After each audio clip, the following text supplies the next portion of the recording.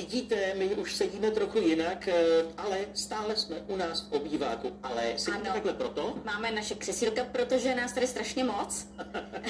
Je tady celá kapela. Ano, pro vás další hosty a to je kapela Lady Kate. Dobrý večer. Dobrý Ahoj. večer. Ahoj. Chtěla jsem říct ahoj kluci a ahoj slečno. Kapela Lady Kate, tedy hostem v dobrém večeru. Jaká byla cesta do Prahy? Příjemná. Příjemná, tak je to v pořádku, to dobrý. Host. Jak dlouho existuje kapela Lady Kate? Pro vás, milí diváci, kteří jste zatím vůbec neslyšeli o téhle kapele, tedy úplně první a nové informace. Tak vznikli jsme v roce 2007, takže vlastně letos slavíme prakticky 17. rok. Dá se říct, že 17. rok. A v tomhletom složení jsme spolu 8 let. 8 let. A tohle je kompletní složení? Ano. Takhle jste. Plus teda máme ještě naše techniky a tak to je jasný, merče, bez toho ale to je prostě celá parta. Je vlastně kapela, jste ve 4. Ano, na stage jsme takhle 4. Aha. A vy jste ale samozřejmě už vzhledem k tomu, nemyslím tady slečnu, ale vás, pánové, vy jste předtím asi hráli v jiných kapelách, že jo? Hráli, ale myslím, že i slečna Já taky. hrála, takže hráli jsme v kapelách, vlastně v jihlavských seskupeních kapela Metanon, takže myslím, že... Kde vznikla ta myšlenka založit Lady Kate i stylově? No, kde vznikla, tak to vzniklo opravdu na zkušebně, kde jsme se sešli ještě vlastně s původními členy, což je opravdu v těch začátcích v tom roce 2007. A stylově to bylo právě takový ten styl kapel, jako je Nightwish, jo, jako je Xandria. A tím jsme vlastně i začínali, je to už spoustu let, ale ta kapela se samozřejmě postupem roku vyvíjí se do jiných stylů, dneska prakticky se spíš řadíme do toho stylu symphonic metal. Tak to vidíme na tom vašem outfitu, že to vlastně je metal. Ale my bychom ještě měli představit všechny členy. Ano. Takže začnu tady dámou Aneta. Ano. Vlastně Ondra neboli Plašoun, Jadis a Standa neboli Stanley. Máte radši, když se vám říká vlastně uměleckýma přezdívkama nebo křestníma jménama, tak u vás dvou je to stejný a tady Plašoun a Stanley. My jsme na to zvyklí. Za ty roky opravdu mě asi nikdo jinak neřekne než Plašoun, ale Staník. Takže jinak, když někdo řekne Ondro, tak je to divný. Tak je to divný, jo.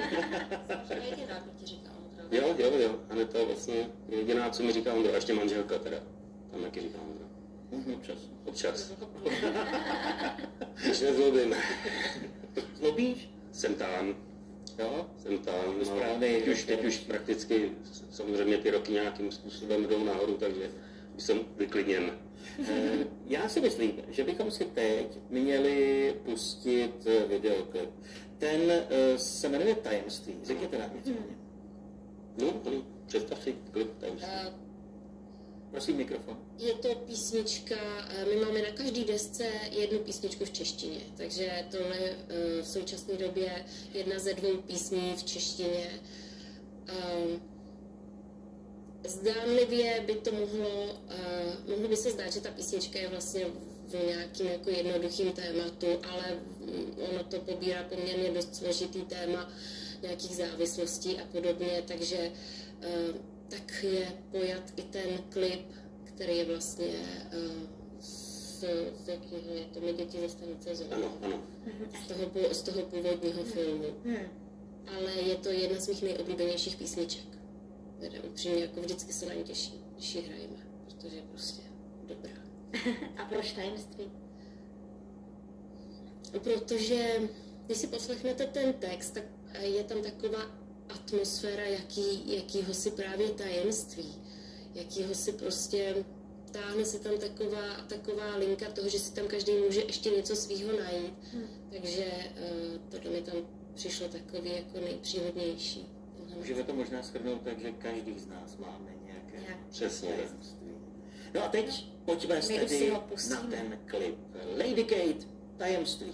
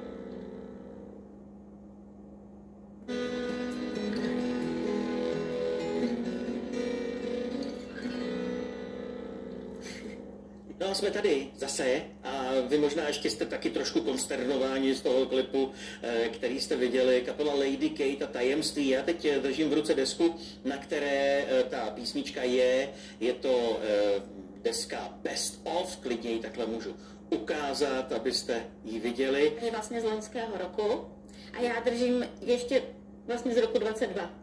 A teď máme rok 24 a vy jste říkali, že chystáte další. Chystáme další desku. Teď... Tedy třetí v pořadí. No, to už je v pořadí sedmá. Budeme počítat i deskovku. Jenom jich tolik nemají sebou. Sedmá deska v pořadí, rok 2024. Je to určitě rok, který pro vás v mnohém bude trochu jiný a asi vás trochu zaměstná. Jak jsem tak slyšel? Nebuďte skromní a klidně to řekněte. Tak čeká nás jarní tour, který máme pod názvem Epocha Tour, kde vlastně navštívíme Slovenskou republiku a v rámci toho i koncerty v České republice. Jedeme to se slovenskou kapelou Eufory a s českou kapelou Marabu, což jsou vlastně naši kolegové z našeho města, rodného města Jihlava, takže jedeme to společně. A pak už se budeme pomalinku připravovat na zahraniční turné v Anglii, kde bychom měli vystoupit v Londýně, v Manchesteru a závěrem července v Liverpoolu. No a teď samozřejmě nastává taková jako zásadní otázka, to se asi člověk jen tak jako neprobudí a neřekne, hele, tak já si chci zahrát v tom Liverpoolu.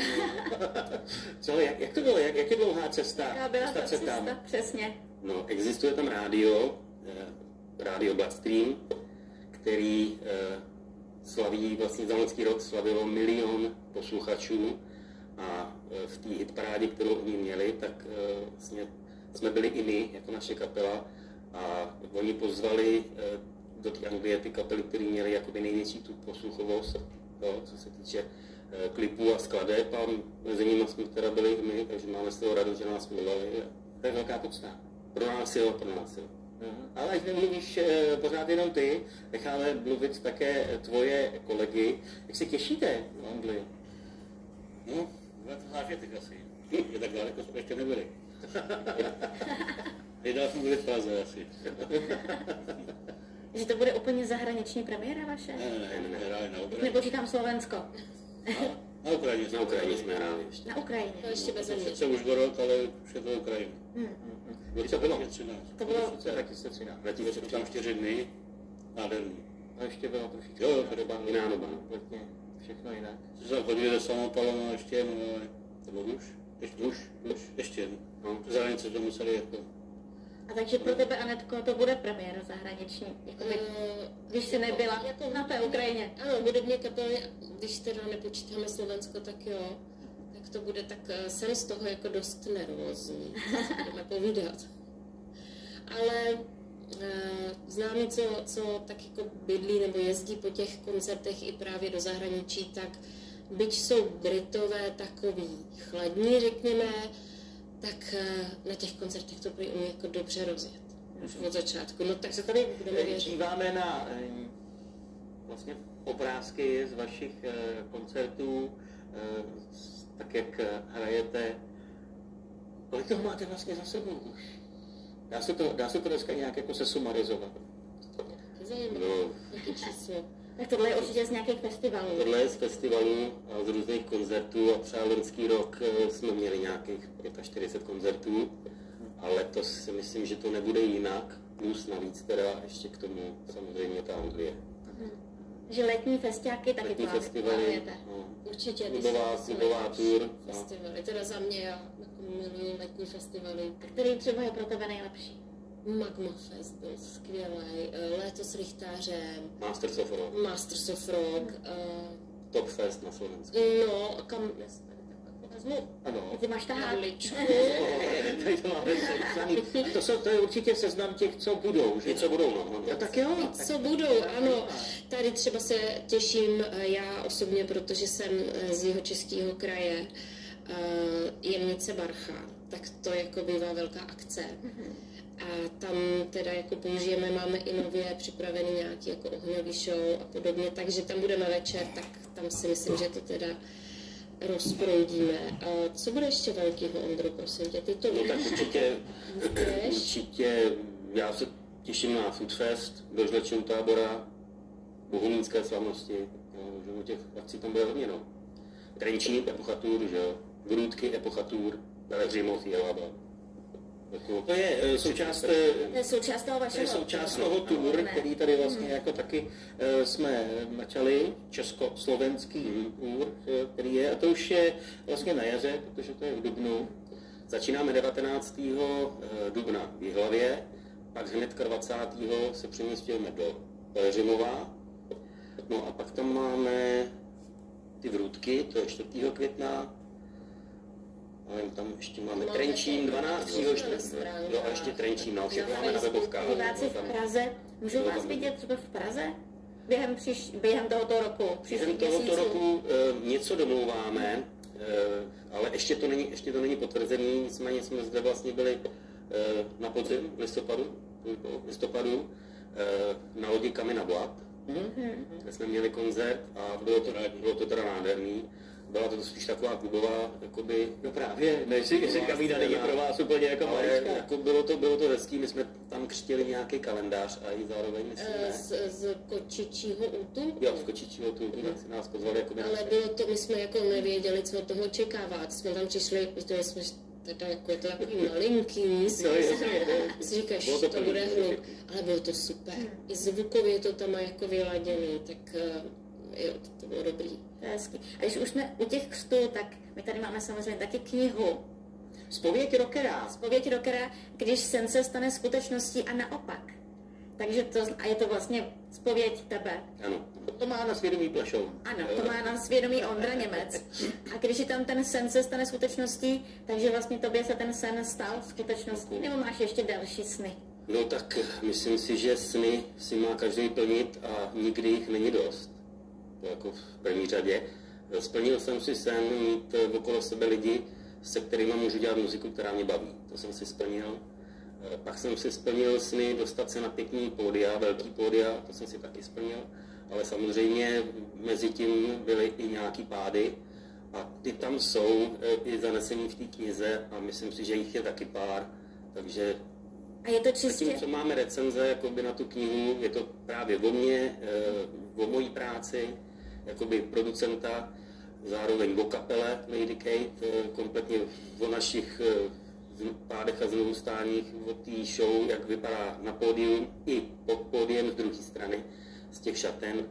A myslím si, že zatím, co jsme tady měli recenze, jakože lidi píšou, že se to dobře čte, že to je čitelná knížka a že nevěřili tomu, že budu tak otevřený. Mě docela jako zajímá ta věc, že vlastně jako metaloví hráči, rockeři, jako píšou knihy, rozumíš? Já bych to čekal, jako, že to je jedna velká party. A ještě zpověď, to znamená, že tam jsou takové niterné věci. Ona je tam i citlivá duši. Právě. Já jsem si chtěla to, jestli čistě o kapele a o hudbě, nebo jestli zabrousíš i do jakoby rodinných, osobních. No, i do těch osobních. Mě by tohle nenapadlo. Mě prakticky k tomu jakoby dohnala moje kamarádka Pavla Teplá Janáková, což je spisovatelka dětských pohádek. A ona mi řekla, ty Plešoune, ty seš na román. No a tak říkám, tak na román asi ne, ale každopádně jsem chtěl tu knihu napsat. Tak mi s tím pomohla a za to jí teda patří velký dík, že mě k tomu i trošku jako dokopala, že mám z toho radost. A všechno se to dělalo tím způsobem, že vlastně měli jsme diktafon a já jsem vyprávěl všechno tak, jak to doopravdy je a ono to dávalo na ten papír. A pak vlastně vzniklo tohle dílo. Je hezký, že to je spisovatelka pohádek. Jo, tak já jsem jí vlastně popisoval do té jedné pohádky bicí soupravu, že ona chtěla jako vysvětlit, na co je který bubínek a to mě požádala. No a tím vlastně naše přátelství jako by se ještě vyvíjelo u skleničky vína, že jsme řešili tuhle knihu a vyšlo to. V roce 2024 určitě budete točit taky nějaký klipy, co? No, teď zrovna jsme to řešili tady ve studiu, ještě než jsme šli semka před kamery, tak jsme řešili skladbu, kterou teďka momentálně dáváme dohromady. Bude to single, který připravujeme a bude se právě točit k tomu i ten klip a budou tam právě záběry, jelikož co se týče toho festivalů a těch koncertů v Anglii, tak my se budeme vlastně naloďovat v Calais a vystupovat domů. Pojedeme trajektem, takže budou i nějaký záběry na tom trajektu, takže už tak nějakým způsobem připravujeme. Tak už se píše scénář. Nicméně my si teď pustíme ještě jeden klip od Lady Kate. Co to bude zač? Myslím, že to je klip Kinky Dream. Kinky Dream, takže ten už nebude česky. Ten už nebude česky. Takže teď to uslyšíme tak, jak kapelu Lady Kate uvidí třeba fanoušci v Liverpoolu.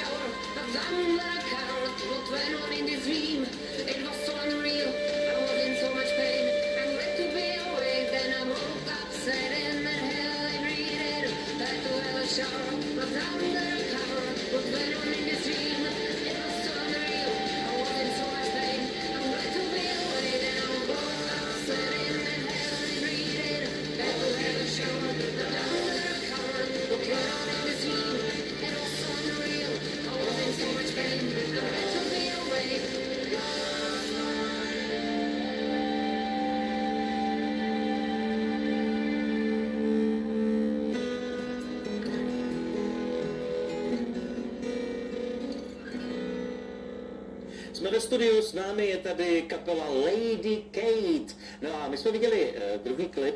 Musím se zeptat, kdo píše muziku, kdo texty, jak jste na tom?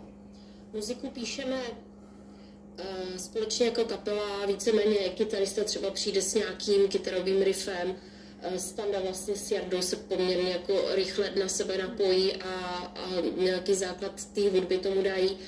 A potom, když to tak nějak hotový, tak to posíláme mojí kamarádce, textařce, která žije v Anglii, Lucie Ší. A ta tomu dává právě jako ty texty anglický. Velmi nápaditý, to musím říct. My vám v tuhle chvíli poděkujeme. My se budeme muset s váma rozloučit, ale vy jste chtěli ještě někomu zamávat, takzvaně. Máte na to 12 vteřin. Slíbili jsme to našim technikům, takže kluci zdravíme vás. Technici, ahoj. Holky od Merče a našemu producentovi připravovaný desky Petrovi Dolenkovi. Zdravíme vás všechny. Ahoj a všem našim rodinám samozřejmě. Takže děkujeme za to, že jste dorazili, vážili jste cestu až sem, pustili jsme si 2 klipy, řekli jsme, co vás čeká a hlavně vám moc držíme palce, jak jste zdraví, jak to všechno zvládnete rok. a jak jste slavní. Děkujeme. Budeme se těšit s vámi brzy na viděnou. Děkujeme a taky všem přejeme hlavně. No a s vámi, milí diváci, se my pomalanku rozloučíme, ovšem zítra to samozřejmě bude Michael V. No počkej, on je totiž protože je den vzdělání. No, přesně tak. Takže tu nesmí chybět ten největší vzdělanec. Počkej, říkala jsi vzdělanec nebo vzdělanec? No. Tak asi. Myslím, že uvidíte. Michael V. zkrátka tady bude zítra. No, a my se s vámi těšíme zase ve čtvrtek na viděnou. Ve čtvrtek na viděnou v našem obýváku. Mějte se krásně. Krásný večer.